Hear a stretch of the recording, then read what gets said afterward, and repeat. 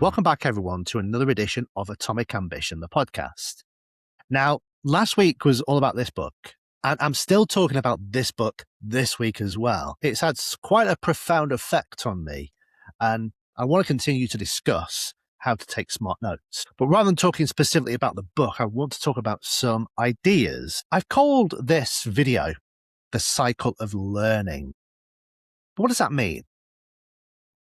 Estimates sort of vary, but it's generally believed that you can only hold somewhere between 4 to 7 things in your memory at any one time. Now, I'm saying this to demonstrate how limited our working memory actually is. But I'm also saying this because it's important for you and me to understand that learning or wisdom comes from cognitive thought. But if our brains are full of facts, how can we ever use the power of our brains to its full potential?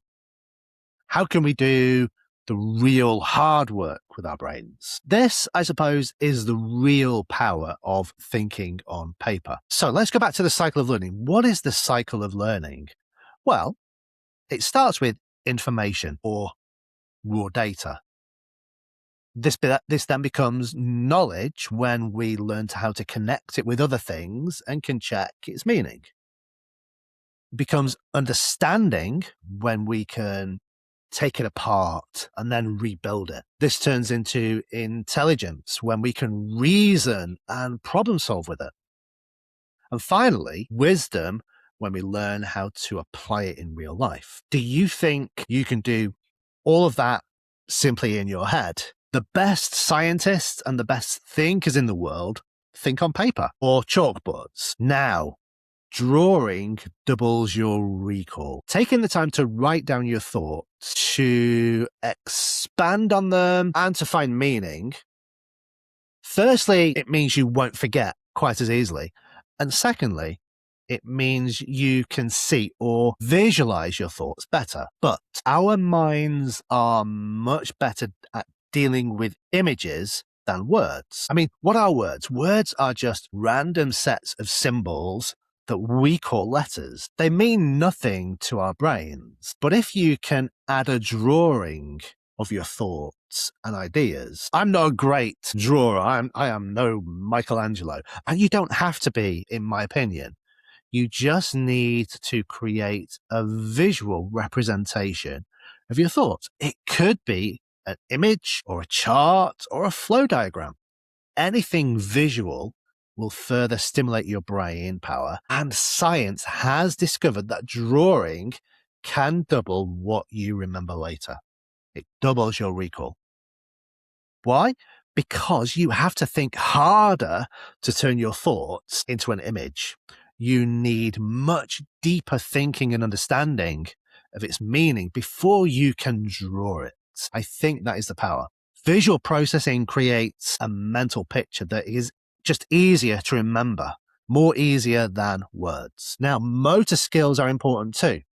So if you type something using your keyboard, and imagine you are listening to this video right now, and you are transcribing as I talk, you might be listening so that you can type my words correctly. But by doing that, you are not using your brain anywhere near as much as you would if you wrote by hand using good old analog technology. Pen and paper. Using pen and paper, this is much harder for you to do. It actually requires you to think more before you write, and you probably have to compress my words into your own words to allow you to write down what I'm saying. You're not going to write what I say word for word. You're going to write your own understanding. So you have to synthesize your thoughts. Writing by hand makes your brain work harder. So take something you want to learn and rewrite it in your own words. Ask yourself questions about it and explain the concept as if to a child who knows absolutely nothing. Explain how you're going to use this new information today.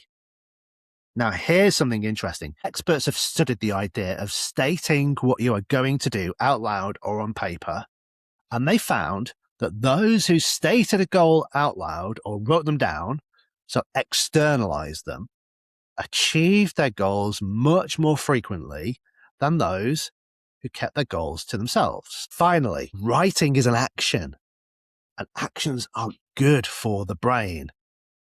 Think about the last time you went running or you did some exercise. How good did you feel after that? And it wasn't just your body, it was your mind that felt great.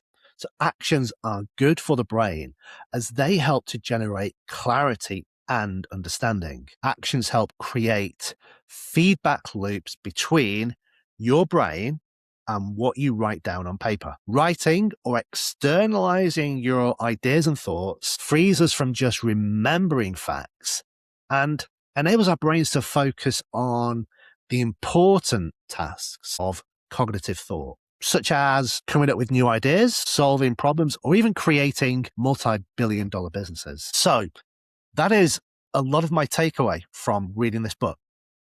It's not just about taking notes, it's what you do with those notes afterwards, how you use them in the rest of your life. So anyway, that's it from me for today. Get this book. It will change your life, I promise you. Bye for now.